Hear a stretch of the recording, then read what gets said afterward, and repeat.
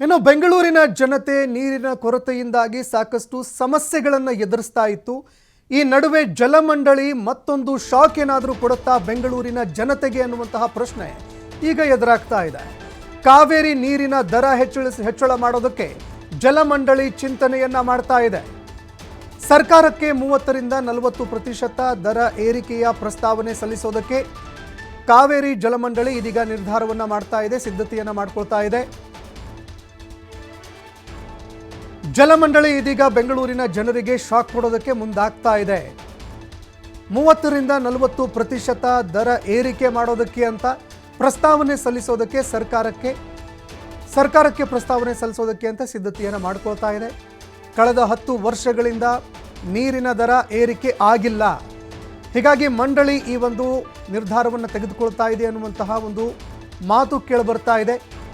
ಇನ್ನು ಜಲಮಂಡಳಿಯನ್ನ ನಿರ್ವಹಣೆ, ತಾಂತ್ರಿಕ ಕಾರ್ಯಗಳ ಉನ್ನತೀಕರಣ ಹಿನ್ನೆಲೆಯಲ್ಲಿ ನೀರಿನ ದರ ಏರಿಕೆ ಮಾಡೋದಕ್ಕೆ ಸರ್ಕಾರಕ್ಕೆ ಶೀಘ್ರವೇ ಪ್ರಸ್ತಾವನೆ ಸಲ್ಲಿಕೆ ಮಾಡೋದಕ್ಕೆ ಅಂತ ಜಲಮಂಡಳಿ ನಿರ್ಧಾರವನ್ನ ಮಾಡ್ತಾ ಇದೆ ಅನ್ನುವಂತಹ ಮಾತು ಕೇಳಿಬರ್ತಾ ಇದೆ. ದರ ಏರಿಕೆಯ ಸುಳಿವನ್ನ ಜಲಮಂಡಳಿ ಅಧಿಕಾರಿಗಳು ಕೊಟ್ಟಿದ್ದಾರೆ. ಹೀಗಾಗಿ ಬೆಂಗಳೂರಿನ ಜನತೆಗೆ ಮತ್ತೊಂದು ಬರೆ ಎಳೆಯೋದಕ್ಕೆ ಜಲಮಂಡಳಿ ಏನಾದರೂ ಸಿದ್ಧತೆ ಮಾಡ್ಕೊಳ್ತಿದೆಯಾ ಅನ್ನುವಂತಹ ಪ್ರಶ್ನೆ ಕೂಡ ಈ ಸಂದರ್ಭದಲ್ಲಿ ಕಾಡ್ತಾ ಇದೆ.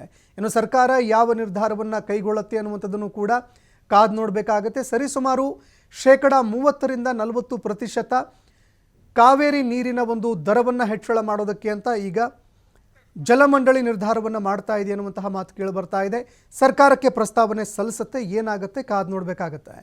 ಈ ಬಗ್ಗೆ ಮತ್ತಷ್ಟು ಮಾಹಿತಿ ಕೊಡ್ತಾ ಹೋಗ್ತಾರೆ ಪ್ರತಿನಿಧಿ ರಾಕೇಶ್ ಫೋನ್ ಸಂಪರ್ಕದಲ್ಲಿ ಜಾಯ್ನ್ ಆಗಿದ್ದಾರೆ. ರಾಕೇಶ್, ನೀರಿನ ಕೊರತೆಯ ಸಮಸ್ಯೆ ಎದುರಾಗ್ತಾ ಇತ್ತು.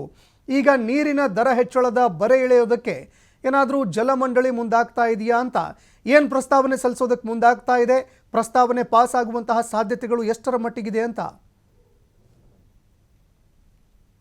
ರಾಜ್ಯದಲ್ಲಿ ಈಗ ಬೆಲೆ ಏರಿಕೆಯ ಸರಣಿ ಆರಂಭವಾಗುವಂತ ಸೂಚನೆ ಸಿಕ್ಕಿದೆ. ಅಂದ್ರೆ ಇದುವರೆಗೂ ಕೂಡ ಒಂದಷ್ಟು ಬದಲಾವಣೆಗಳಿಗೆ ಒಗ್ಗಿಕೊಂಡಿದ್ದಂತ ಸರ್ಕಾರ ಈಗ ಅನಿವಾರ್ಯವಾಗಿ ಕೆಲವೊಂದಷ್ಟು ದರ ಏರಿಕೆ ಪ್ರಸ್ತಾವವನ್ನ ಅಂಗೀಕರಿಸುವಂತ ಸಾಧ್ಯತೆಯನ್ನ ಮುಂದಿಟ್ಟುಕೊಂಡಿದೆ. ಈಗ ಕಳೆದ ವಾರವಷ್ಟೇ ಬಸ್ ದರದ ಏರಿಕೆ ವಿಚಾರಕ್ಕೆ ಸಂಬಂಧಪಟ್ಟ ಹಾಗೆ ನಿಗಮಗಳಿಂದ ಪ್ರಸ್ತಾವನೆ ಬಂದ್ರೆ ಆ ಬಗ್ಗೆ ಪರಿಶೀಲನೆ ಮಾಡಲಾಗುವುದು ಅನ್ನುವಂತ ಮಾತನ್ನ ಸಾರಿಗೆ ಸಚಿವರು ಹೇಳಿದ್ರು.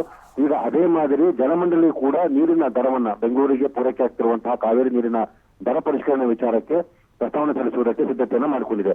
ಇಲಾಖೆ ಅಧಿಕಾರಿಗಳು ನೀಡಿರುವ ಮಾಹಿತಿಯ ಪ್ರಕಾರ ಬೆಂಗಳೂರಿಗೆ ಈಗ ನೀರಿನ ಪೂರೈಕೆಯ ವಿಚಾರದಲ್ಲಿ ಸಾಕಷ್ಟು ಸಂಸ್ಥೆಗೆ ಹೊಣೆಯಾಗ್ತಾ ಇದೆ. ಈ ಹಿನ್ನೆಲೆಯಲ್ಲಿ ಹೆಚ್ಚುವರಿ ತಾಂತ್ರಿಕತೆಯನ್ನು ಅಳವಡಿಸಿಕೊಳ್ಳುವುದು ಜೊತೆಗೆ ಮಂಡಳಿಯ ನಿರ್ವಹಣೆಯ ಖರ್ಚು ಕೂಡ ಹೆಚ್ಚಾಗ್ತಿರುವ ಹಿನ್ನೆಲೆಯಲ್ಲಿ ಅಧಿಕವಾದಂತಹ ದರ ಪರಿಷ್ಕರಣೆ ಮಾಡಲೇಬೇಕಾದಂತಹ ಸನ್ನಿವೇಶ ನಿರ್ಮಾಣವಾಗಿದೆ ಅನ್ನೋದನ್ನು ಹೇಳ್ಕೊಂಡಿದ್ದಾರೆ. 2014ರಲ್ಲಿ ಒಂದು ಬಾರಿ ದರ ಪರಿಷ್ಕರಣೆಯನ್ನು ಮಾಡಲಾಗಿತ್ತು. ಅದಾದ ಬಳಿಕ ಹಲವಾರು ಬಾರಿ ಪ್ರಸ್ತಾವನೆ ಸಲ್ಲಿಸಿದ್ರು ಕೂಡ ಪರಿಷ್ಕರಣೆ ಆಗಿರಲಿಲ್ಲ. ಹೀಗಾಗಿ 10 ವರ್ಷಗಳ ಬಳಿಕ ದರ ಪರಿಷ್ಕರಣೆಯನ್ನು ಮಾಡಲೇಬೇಕಾದಂತಹ ಅನಿವಾರ್ಯತೆ ಇದೆ.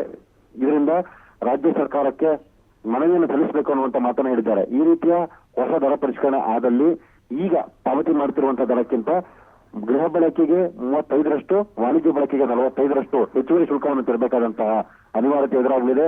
ಈ ಸಂಬಂಧಪಟ್ಟ ಹಾಗೆ ಅಧಿಕಾರಿಗಳು ಸರ್ಕಾರಕ್ಕೆ ಪ್ರಸ್ತಾವನೆಯನ್ನು ಕೊಟ್ಟಿದ್ದಾರೆ.